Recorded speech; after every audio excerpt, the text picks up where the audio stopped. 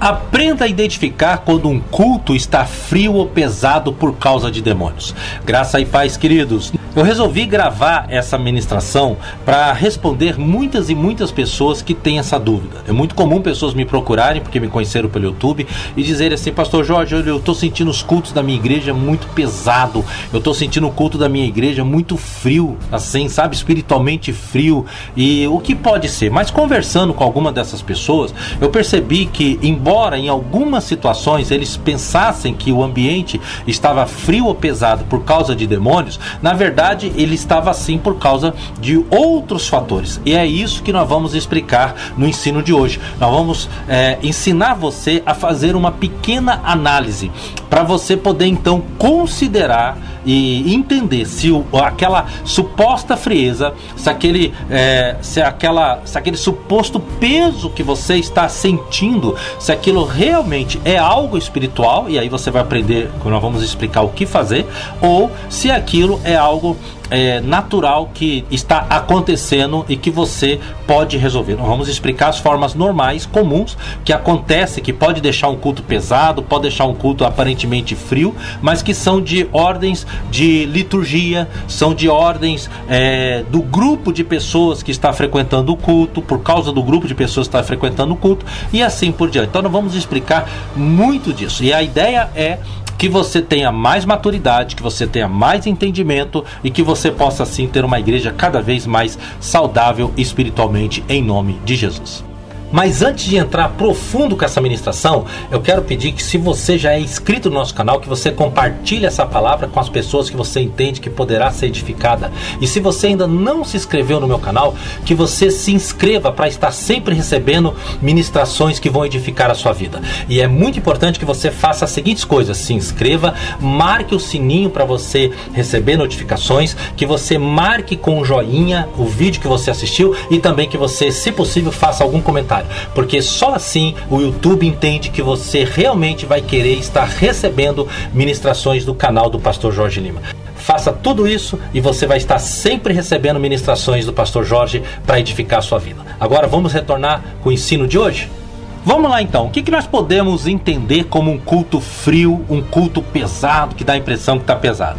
É a forma que as pessoas estão respondendo àquele culto. De repente as pessoas estão dispersas demais, não estão batendo palma certo, às vezes as pessoas não estão vibrando, não estão glorificando, não está havendo o envolvimento das pessoas como nós gostaríamos que tivesse acontecendo. Às vezes isso acontece sempre, às vezes isso acontece uma vez ou outra, não é sempre nos cultos, mas de vez em quando acontece. Mas e agora? Será que é sempre espiritual? Como é que a gente descobre isso? Como é que a gente vai entender melhor a respeito disso? Então, automaticamente, as pessoas elas entendem que tá ali, tá paradeira e tal, então tá frio, tá assim, as pessoas estão todo mundo mais quietinhos e tal, então o culto tá frio, o culto tá pesado e tal. Mas vamos analisar passo a passo para descobrirmos se é de fato espiritual ou não, e isso vai te trazer bastante alívio, pode ter certeza, porque tem pessoas que elas vão identificar que elas poxa, eu achei que meu culto estava pesado por causa de demônios e tal, e eu descobri que a minha liturgia não estava boa. Eu pensei que o culto estava uma paradeira, e eu descobri que por causa de demônios, e eu descobri que na verdade era uma questão da forma que eu estava levando o culto e tal, e assim por diante, tá bom? Então vamos aprender mais e mais. Eu queria só explicar para você uma coisa muito interessante, que pouca gente sabe disso. Quando foi estabelecido os cultos em Israel, quando o rei Davi começou a fazer os grandes cultos ao Senhor, porque antes tinha ali com Moisés aquela coisa, mas era tudo dentro de um outro ambiente, uma outra atmosfera, um outro formato. Quando começou a ter mais algumas celebrações de culto, quando Davi começou a levantar os levitas para que cantassem só canções de adoração. Interessante, hoje as igrejas cantam muitas canções almáticas, né?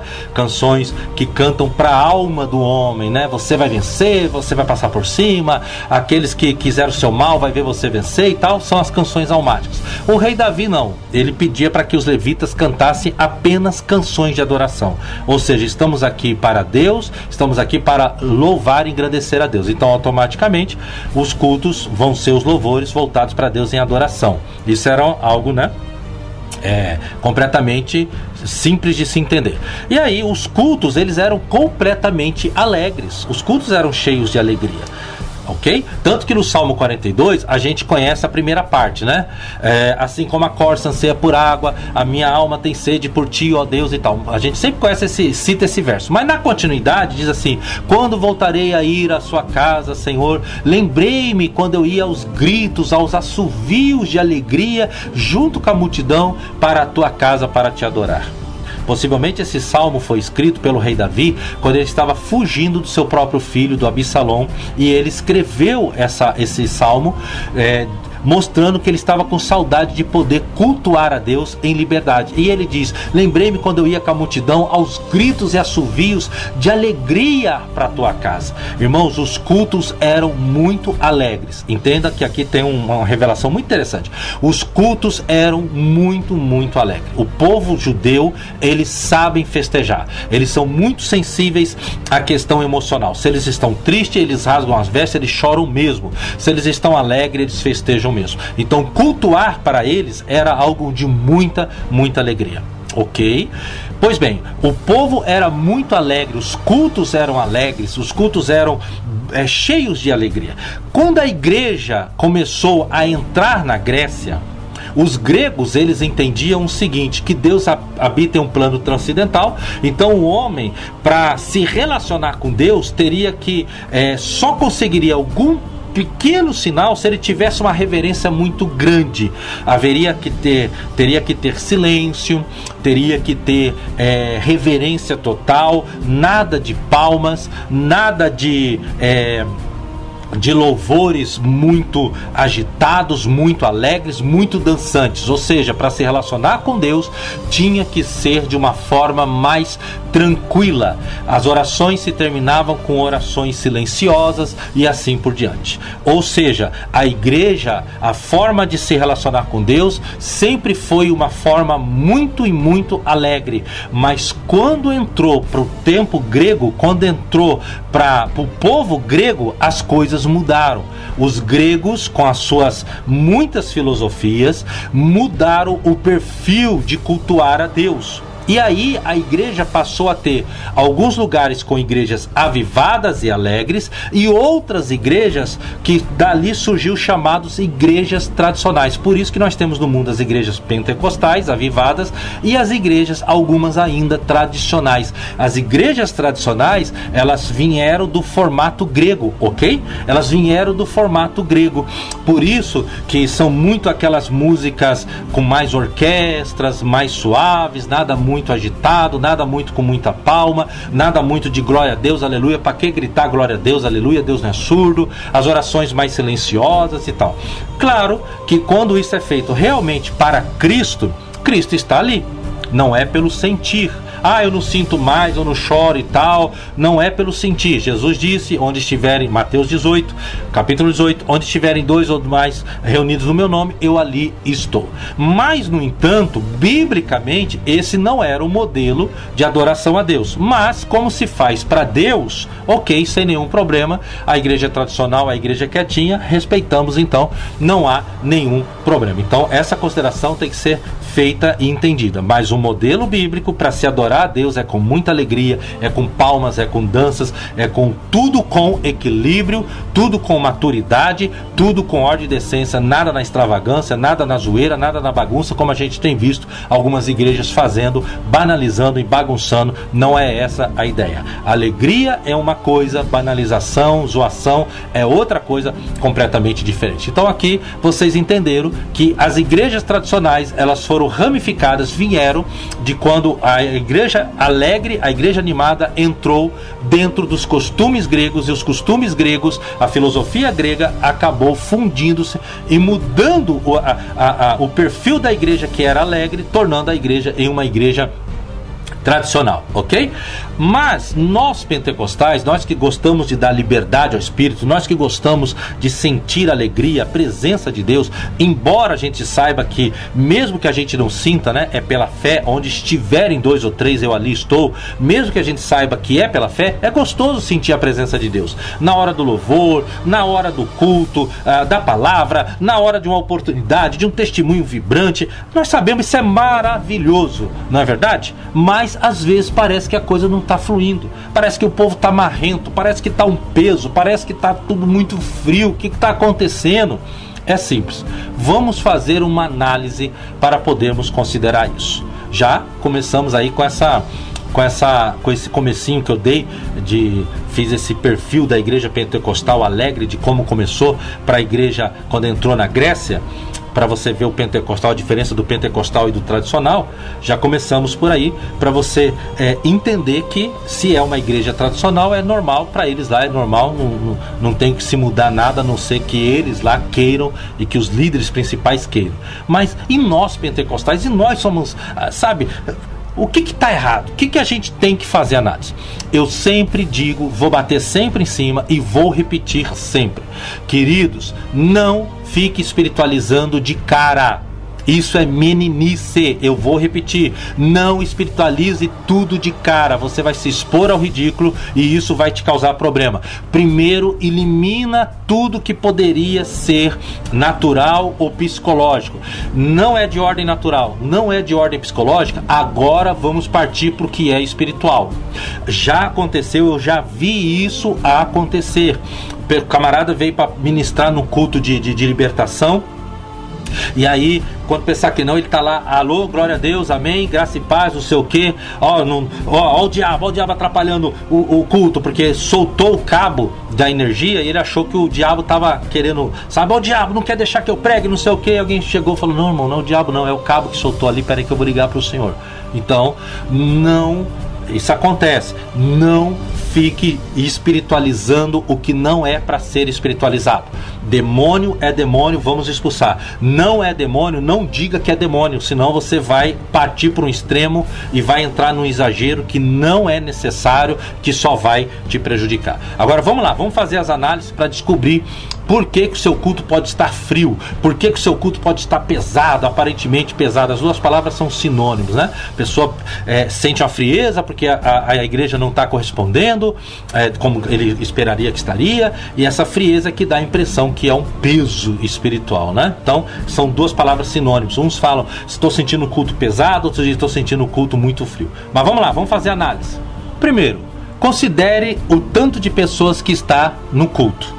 Por exemplo, são poucas pessoas. Você tem lá normalmente 100 pessoas no seu culto. Mas naquele dia aconteceu um evento, alguma coisa, alguma coisa aconteceu e você está lá com 10, 15 pessoas. É um culto do dia, durante a semana. E parte dessas pessoas que foram não são tão avivadas, não são tão animadas e tal. Então como é que você vai querer que as pessoas, né, fiquem assim se o perfil daquelas pessoas que estão naquele culto não são bem isso? Então são poucas pessoas, entendeu? Então tem isso. Uma coisa é você estar no culto com muitas pessoas, onde vários são cheios do Espírito Santo e vão motivando os outros, e outra coisa é você estar no culto com poucas pessoas. Claro, se você vai pregar você faz uma reunião com 10, 15, 20, 30 líderes, e eles são líderes obreiros, eles estão ali porque eles já têm uma unção especial, um poder de Deus já na vida deles. Automaticamente vai ser bem diferente do que você pegar o mesmo grupo de pessoas e não colocar num espaço grande com poucas pessoas e tal. É bem diferente. Então não considere frieza e peso porque tem poucas pessoas. Claro que o oposto disso também é verdadeiro, né? Às vezes as pessoas, tem poucas pessoas lá, mas são todas avivadas, são cheias do Espírito, você está lá pregando, elas estão dando liberdade e tal, mas isso não é a regra. A regra é que se tem poucas pessoas, a tendência normal é que as pessoas fiquem um pouquinho mais quietas para prestar mais atenção ainda, mesmo porque tem poucas pessoas, aí fica mais fácil de você perceber, olhar uma para uma, ver quem está distraída, quem não está distraída. Então a pessoa, quando tem poucas pessoas no culto, a tendência é de que as pessoas fiquem um pouquinho mais quietinhas, com raras exceções, depende de cada pessoa em individual. Segundo, observe o grupo das pessoas que estão ali. Às vezes você fala assim, eu senti o culto pesado, senti o culto frio, mas as pessoas que estão ali, a maioria são novos convertidos. Tem muito isso. Às vezes você está lá no culto que tem 30 pessoas crentes e tem 20 pessoas não crentes. Automaticamente, as pessoas não crentes, ela ainda não sabe como se relacionar com Deus. Concorda comigo? Elas não sabem, elas não conhecem direito a letra do louvor. Às vezes ela vai olhar lá pro data show, pra letra da música, às vezes não consegue enxergar, ela vai ficar meio com cara de paisagem, sabe? Se levou criança, vai ficar meio inquieto com a criança, vai ficar se distraindo. Aí às vezes é adolescente, jovem, de repente vai ficar olhando no celular. Então, tudo isso vai meio que desconectando as pessoas. Mas isso não é a princípio algo espiritual, é por causa do grupo novo de pessoas que está indo lá, pessoas não crentes. Então você tem que observar qual é o grupo que está ali. Tem muitas pessoas não crentes. Automaticamente a ideia delas de culto é diferente, o que elas entendem de culto é diferente. Se você coloca lá 50 líderes, obreiros, pastores, presbíteros, coloca 50 pessoas para você ministrar para elas, elas já têm completo entendimento de culto, automaticamente vai fluir, vai ser aquela coisa gostosa. Agora coloca bastante pessoas não crentes para você ver como vai ser diferente. A distração, facilidade em distrair e muitas outras coisas. Então considere o público que está ali. Agora, as pessoas, elas têm que ser ensinadas. E esse ensino, ele tem que ser feito principalmente pelo dirigente do culto ou pelos levitas, pelo ministério de louvor, principalmente por eles. Por exemplo, percebeu que o culto está lá, muita gente está distraída, muita gente não está conseguindo prestar atenção, alguns estão batendo palma, outros não estão batendo palma, porque tem muitos novos convertidos ali. O que você vai fazer? O grupo de louvor chama a responsabilidade para si, traz a atenção das pessoas para eles, começam a harmonizar a palma. Vamos lá, gente, essa música é assim, ó, pá, pá, pá, pá, pá, pá, pá, pá, pá. Todo mundo, vamos lá, pá, pá, pá. Sincronizou, chamou a atenção do povo para você. Aí agora você ministra o louvor, vai lá, você entendeu? Agora eu quero que você leia, você vai ler aqui, vai acompanhar a letra no telão. Tem gente que nem percebeu ainda que tem um telão lá para acompanhar a letra. Parece brincadeira, mas não é. Você que não conhece a letra, você que está vindo para Jesus agora, está indo para a igreja agora, vindo para a igreja, dá uma olhada aqui no telão, vai ter a letra, não se distraia, você vai se envolver com Deus, com seu Criador e tal. Temos que ensinar o não crente como ele vai dar liberdade e se envolver no ambiente de culto. Vou falar de novo que é muito importante. Temos que ensinar ao não crente como que ele vai se envolver e como ele vai dar liberdade a Deus em ambiente de culto. Se você não ensinar, ele vai demorar para aprender. Tem uns mais inteligentes que vai ficar olhando para um e para outro, ver como é que eles se comportam e vai comportar igual. Mas a maioria não tem esse entendimento. Alguém tem que ensinar. Que seja o dirigente do culto, que seja, nesse contexto, o ministro de louvor.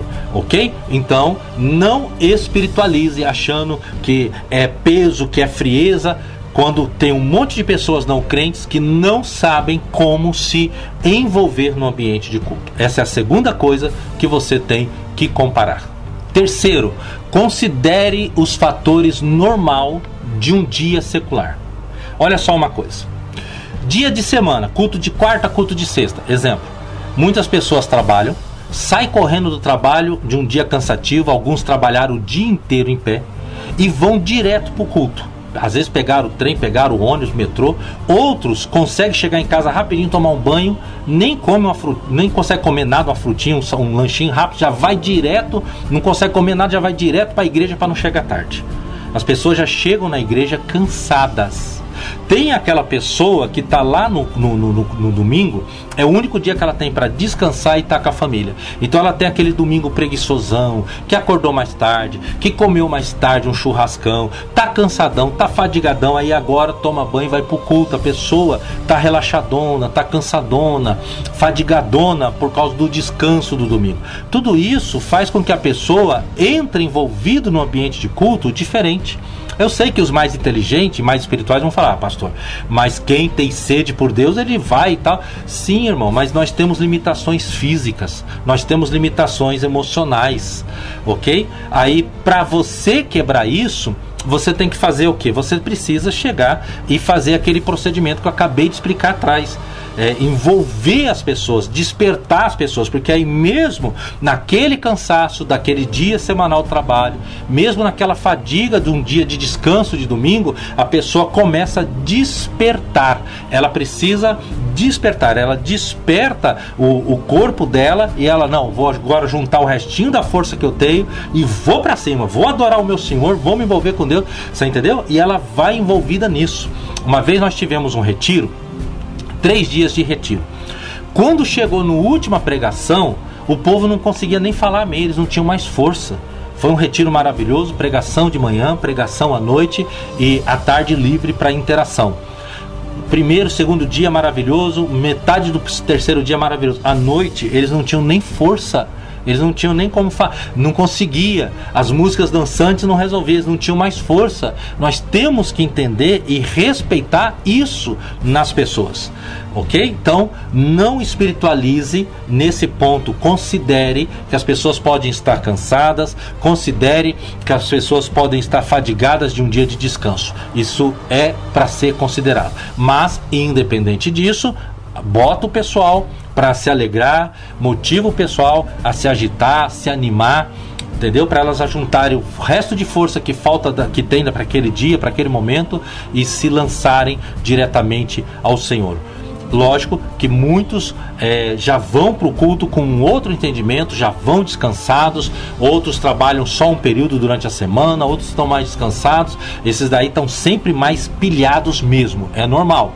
Mas existe aquelas pessoas que têm essas limitações. Uma coisa é uma coisa, outra coisa é outra coisa. É fácil a gente pegar lá num grupo de 50 pessoas, 100 pessoas no culto, pegarmos lá um grupo de 20 pessoas, 30 pessoas que tiveram um dia de descanso, tiveram dias tranquilos, tem um horário de trabalho flexível, não tem tanta correria, não trabalha tanto em pé. É fácil pegar essas pessoas, botar elas para pular, espernear, gritar, se jogar no chão, rodopiar dentro da igreja e estarem gritando, avivadas, animadas. Agora, pegar uma pessoa que está desgastada fisicamente, que pega trem, pega metrô, pega ônibus, vai para lá, vem para cá, trabalha em pé, tem um monte de filho, teve um domingo de família, de descanso, disso, aquele outro. Pegar uma pessoa assim e botar ela para uma outra atmosfera é um pouco mais complicado, vamos falar a verdade, realmente tem tudo isso. Mas nada que, novamente eu digo, que o grupo de louvor, trazendo para eles se agitarem, se animarem, juntarem as forças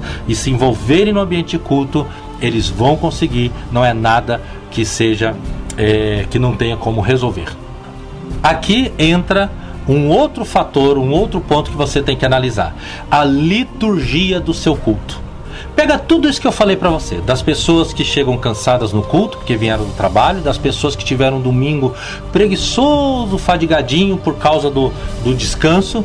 Aí você chega, abre o culto com aquela, sabe, aquela leseira, abre o culto com canções suaves, abre os cultos com canções leves, abre o culto com 2, 3 canções paradeiras. Ô, meu irmão, pelo amor de Deus, fala sério. Vamos falar sério, né? Aí também, como diz o jovem, você está zoando o barraco. Queridos, a pessoa tem que ser despertada para se envolver no ambiente de culto. Nem todos saem de casa já com esse entendimento: eu vou chegar lá e vou pegar anjo pelo pé e tal. Não, nem todos saem de casa com esse entendimento. Muitos saem de casa assim: se eu pudesse eu nem ia na igreja hoje, eu tô tão cansado, eu tô tão assim, descansadão por causa desse domingo fadigadão, assim, eu tô tão, né, leseirado, com leseira e tal, se eu pudesse eu nem ia no culto. Chega lá, meu irmão, a liturgia melhor que existe, isso é comprovado, não tem como ser diferente.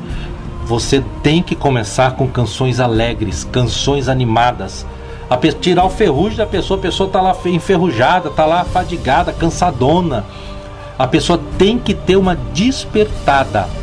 Esse despertar começa com a abertura do culto com canções alegres. Canta canções alegres. Aí o pessoal tá lá meio ainda assim: eu tô cansado. Não, vamos lá, meu irmão, vai, eu sei que você tá cansado, mas puxa energia aí, batendo pau, vamos lá, pá, tá, porque Deus é bom, pai, vamos lá, você entendeu? Aí você vai o quê? O povo animou, o povo despertou, as pessoas receberam aquele ânimo, aquela carga de ânimo. Aí agora a pessoa tá ligada. Ela está ligada para se envolver com o culto. Agora já está mais atenta, agora já é um glória a Deus para lá, um aleluia para cá. Ok? Entendeu bem? Então, muitos cultos, eles não estão frios nem pesados por causa de demônios. É que a liturgia é cansativa. Vou falar, essa é a verdade. A liturgia é cansativa. Eu já fui em muitas igrejas convidado para pregar, que quando eu cheguei lá eu falei, meu Deus do céu, eu estou quase dormindo aqui.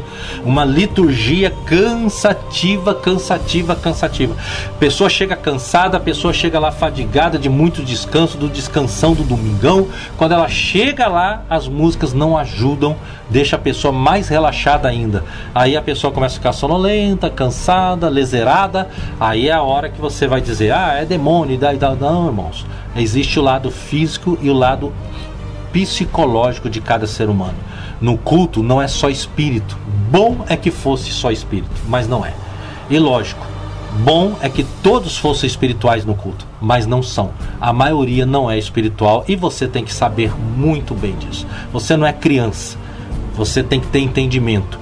No culto, se não for um culto para líderes, se é um culto geralzão, a maioria das pessoas não estão envolvidas espiritualmente. Elas vão entrando para se envolver no decorrer do culto. A maioria está ali com a alma, está ali mentalmente, não está envolvida espiritualmente como deveria. Então você tem que entender, respeitar e entender e começar a trabalhar formas para ir quebrando isso e envolvendo as pessoas. Então o melhor é, comece o culto com canções alegres, comece cultos com canções que desperta, que tira aquele cansação do povo, aquele cansaço do povo, e aí sim você vai ver que não tinha nada de demônio, não tinha nada de espiritual, era apenas a falta de entendimento de que o povo tem limites físicos e tem limites psicológicos. Agora sim, agora é o lado espiritual. Considerou o tanto de pessoas que está na igreja, considerou se tem pessoas, muitas pessoas não crentes que ficam distraindo, que ficam com facilidade de distrair, considerou o fato de que as pessoas estão cansadas vindo do serviço ou de um domingo de descanso prolongado, considerou tudo isso e mesmo assim você analisou e viu, não está encaixado em nada disso, pastor. Nada disso, não está encaixado isso. Realmente é alguma coisa espiritual, um peso espiritual, a coisa não está fluindo. Aí é simples, aí a responsabilidade é do dirigente, ou do pastor, ou do ministro de louvor, de quem estiver no momento e sentir esse peso. Aí ele faz o quê? Pessoal, vamos parar, vamos fazer uma oração. Exemplo, eu estou dirigindo o culto, começou o período de louvor, ninguém está percebendo, mas eu identifiquei que está um peso, está um frio espiritual. Pessoal, vamos ficar em pé, vamos fazer uma oração? Eu estou lá no momento de louvor e durante o louvor eu percebi muita gente dispersa, eu percebi o pessoal desanimado. Pessoal, vamos parar, sabe, assim, uma coisa que está dentro de um contexto espiritual, não é nada daquilo que foi ensinado atrás, não é nenhum daqueles parâmetros, é espiritual mesmo. O que eu vou fazer agora? Você vai fazer uma oração repreendendo, entendeu? Em nome de Jesus, vamos ficar em pé. Manda o povo ficar em pé, vamos fazer uma oração. Agora não dá por causa da pandemia, né? Mas quando não tiver a pandemia, você vai dar a mão pro irmão do seu lado. Todo mundo, vamos fechar os corredores aqui, todas as fileiras de mão dada, ninguém sem dar a mão, todo mundo vai dar a mão. Vamos lá, nós vamos fazer uma oração agora. Em nome de Jesus, toda frieza, todo peso, todo mal que está nesse lugar, que foi enviado para atrapalhar, que foi enviado para neutralizar, para impedir esse culto de ser uma bênção, nós ordenamos todos os espíritos em nome de Jesus. Toda a igreja junto, em nome de Jesus, sai! Em nome de Jesus, sai, manda embora. Aí solta da mão do seu irmão, chacoalha o braço aí, isso, levanta o braço para cima, se você puder, né, que às vezes está com a roupa que não permite. Levanta o braço para cima, isso, alonga um pouquinho, tira essa nhaca do corpo aí. Agora presta atenção aqui, vamos aqui comigo, ó, pá, todo mundo, você entendeu? O que acontece? Você quebrou aquele laço que estava ali. Você expulsou aqueles espíritos que estavam ali. Nesse ponto, aí sim, a frieza e o peso é espiritual. Aí eles vão sair, você já entra com algo para despertá-lo. Aconteceu algumas vezes comigo, não foi muitas, mas algumas vezes. Eu estava em alguma igreja para ministrar, uma determinada igreja para ministrar, e lá nessa igreja parecia tudo muito bom. Quando eu peguei a palavra para pregar, eu percebia um peso. Aí o pregador, por ter o Espírito Santo de uma forma mais sensível na vida dele, por ele ser um pregador, ele sente que, embora aparentemente tudo estava normal, parecia que estava um culto avivado, mas no fundo não estava. Tinha alguma coisa ali que não estava muito bem. Aí ele sente uma frieza, sente um peso.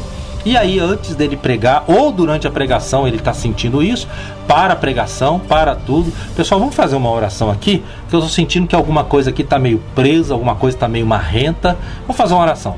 Aí você vai e faz a oração, mais ou menos no mesmo estilo que eu acabei de falar aqui. Faz essa oração e expulsa esses espíritos de esfriamento, esses espíritos que estão deixando aquele culto pesado, tá? Lógico que se os espíritos se sentirem à vontade em uma igreja e eles perceberem que eles estão esfriando uma igreja, botando frieza e peso naquele culto, e nada for feito, isso vai virar rotina.